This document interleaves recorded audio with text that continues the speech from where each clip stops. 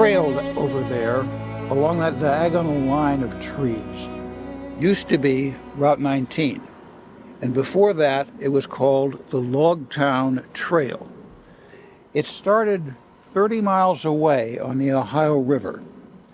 That was 20 miles north of the settlement that was the oldest settlement, Meadowcroft settlement, that has ever been found and validated in Pennsylvania. It goes back to about 12,000 BC.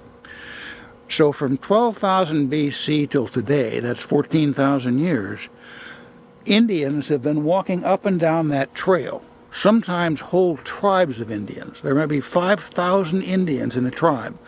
And they were all carrying a sacred pole. They were led by a man carrying a sacred pole, and that was their tribal symbol. Every one of the Indians would be carrying maybe 80 or 100-pound pack if they could. So the Indians were moving a lot of material as they moved. Sometimes they moved the bones of their ancestors with them as they set up their new village or their new city or their new territory. And they would come walking down that road, and at night they would take the pole and they would stick it in the ground. And the next day they would go out and look at the pole and see which way it was leaning. And that would kind of give them direction. I always wondered if somebody at night moved the pole. But then they would keep on moving.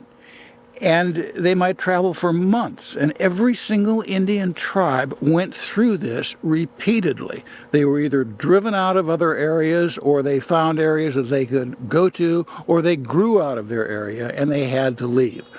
So those Indians walked up and down literally every road in the eastern United States and most of the western United States, looking for new homelands and new places for their tribes and their families to be protected.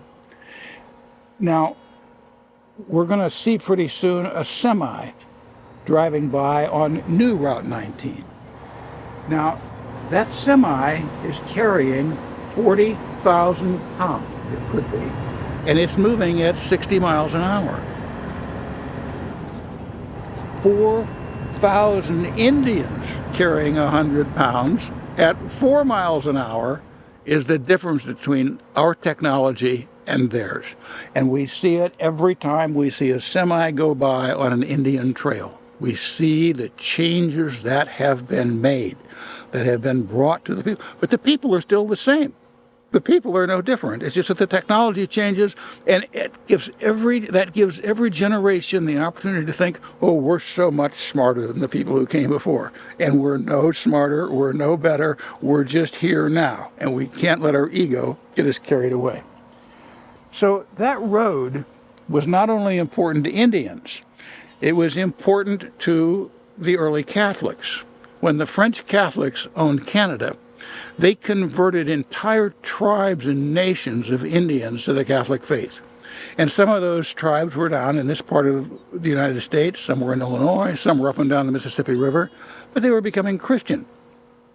Well, when the old Episcopalians found that out, they were infuriated. We have to stop those Catholics, and so they did. And the French said, we're not going to stop us that easily. We're going to build Fort Duquesne down there where the Allegheny meets the Monongahela, and we're going to have a fort. So suddenly that Indian trail that was 4 feet wide or 3 feet wide was expanded into a highway that wagons could carry cannons. And suddenly a fort appears at Fort Duquesne.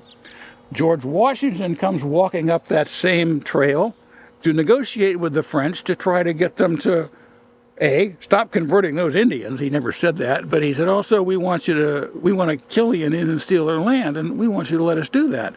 And of course the French, being good Catholics, or most of them, said, no, we're not going to do that. We're going to protect the Indians. We're sending them priests, we're converting them to Catholicism. And that just made the Episcopalians furious. My God, we've driven the Catholics out of England and France, and we're trying to get them out of England and Scotland, and we're trying to get them out of Ireland, and we just don't want a bunch of Catholic Indians over here. So the revolution started. And the Patriots won. The new Episcopalians, who were operating at a much higher level, beat the old Episcopalians, who were much worse. So soon Napoleon came. Well, he was Catholic, of course, and the English had to fight him. And to do so, they had to build the biggest army and navy that they'd ever built. It was absolutely huge. And by getting every single person whose employment was threatened by Napoleon's efficiency together, they were able to defeat him at Waterloo. After that, the English had the biggest army and navy in the world. Nobody ever seen anything. So they said, hey, let's go back and get those people in America. We'll teach those new Episcopalians to revolt against us. So they sent their part of their fleet to Baltimore. And Baltimore is in Maryland, and Maryland was the only state in which Catholics were allowed to live freely. And to New Orleans, which was still occupied largely by Catholics.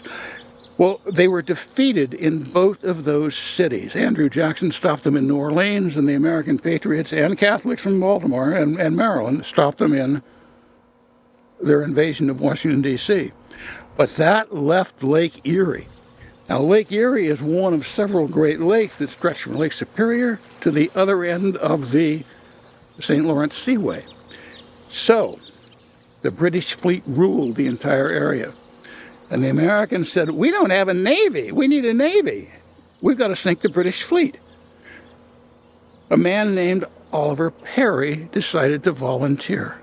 And he came out to Erie, and there were 400 people living in Erie, or 500, and he had no metal, he had no steel, he had no iron, he had no tools, he had no equipment. So all of a sudden, that road there was filled with wagons coming out of Pittsburgh. And those wagons were carrying steel and cannons and guns and anchors and chains and screws and bolts and all of the tons and tons and tons of iron and steel products that were needed to make a fleet. Perry goes up, he cuts down trees, he saws the trees into planks, he puts the planks around the ribs that he'd built out of other trees, and soon there are ships, American ships, sailing in Lake Erie. Whoa, that was an accomplishment, but they've got to beat the British fleet. These are experienced navigators, and Admiral Perry had never had a naval battle. None of his men had ever been a sailor here. Most of them had never been sailors. Most of them never fought a naval battle. And for him to take on the British fleet was really, it was like David taking on Goliath. You could not win that without divine help. And the British fleet was sunk. The world was completely changed. Suddenly, the old Episcopalians put their tail between their legs and scurried back to England. Now, Admiral Perry had a younger brother who helped him in the Battle of Lake Erie. Well, the American government literally idolized the Perrys. They never expected them to win that war. I mean, it was a miracle, and they knew it was a miracle. His younger brother ends up as admiral of the Pacific Fleet. And the Pacific Fleet is sent to Japan to open it up for trading. And when they arrive in Japan, the Japanese are, first of all, they don't know what to do about it, but they also know if they don't let the Americans in, that the British are probably going to invade, drive out the Dutch, and take over their trading. And they didn't want that. They'd seen what the British Episcopalians had done in India. They'd looted the country out of about $90 trillion in the preceding couple hundred years. And they didn't want to have that happen to them. So they were kind of glad to see the Americans show up. They were glad to see Admiral Perry. And suddenly America and Japan became trading partners. And it was a great, great step forward.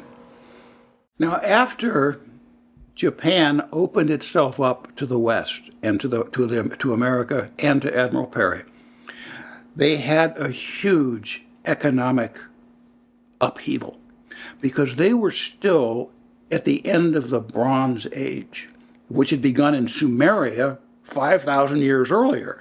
So you have these people who had an entire culture based on bronze, with some Damascus steel for their swords and some other things, but mostly bronze for their armor. Beautiful armor. Their armor was like a Rolex watch that just was 6 feet tall and weighed 100 or so pounds. I mean, it was just beautifully done stuff. So all of those people who were in the Japanese bronze business had to have a new job. And what they did was they started to make decorative items. They used their incredible artistic skill and their metallurgical abilities, which were, like with bronze, better than anyone in the world had ever been. And they began to make what was called Meiji bronze. And you look at these closely, they're beautiful. The hair, the tails, the teeth, the combination of the ivory and the bronze and the wood. This is a real breakthrough. And Europe and America had not really seen this. And suddenly, Meiji bronze became a very, very desired commodity. Now, when I bought this piece of Meiji bronze at an auction in Pittsburgh, I had to drive it home. And I realized that I was driving it home up the same road that the cannons were sent to Lake Erie to win the Battle of New Orleans, which allowed us to become a country so strong and powerful that we could open up the door to Japan. It was just remarkable. So that road is one of the most important roads around.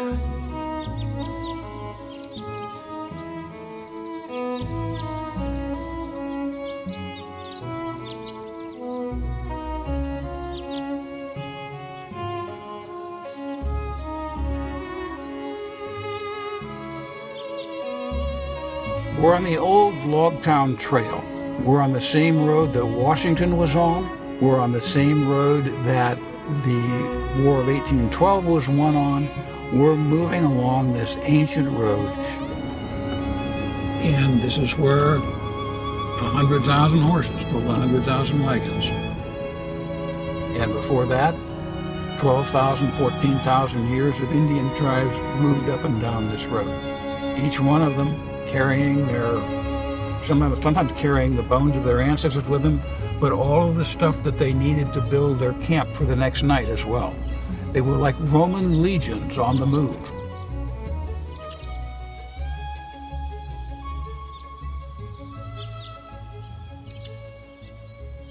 And the thing to remember about that road is this. For the last 14,000 years, tribes of Indians have been going up and down that road. And in the last 2,000 years, tribes of Europeans have been fighting each other. And religious groups have been fighting each other. Protestants, Catholics, Baptists, Quakers, you can't name them all. There are so many Protestant denominations who are fighting. And while that was going on, this little nest kind of reminds us that there were families having children all up and down all of those roads. And some of them were blessed to have great reverence for the Blessed Mother of our Lord Jesus Christ. And many are blessed to be in his church and try to be the best possible and most obedient Christians that we can, so that we may be going to his judgment and be among, "You are my friends if you obey my commandments."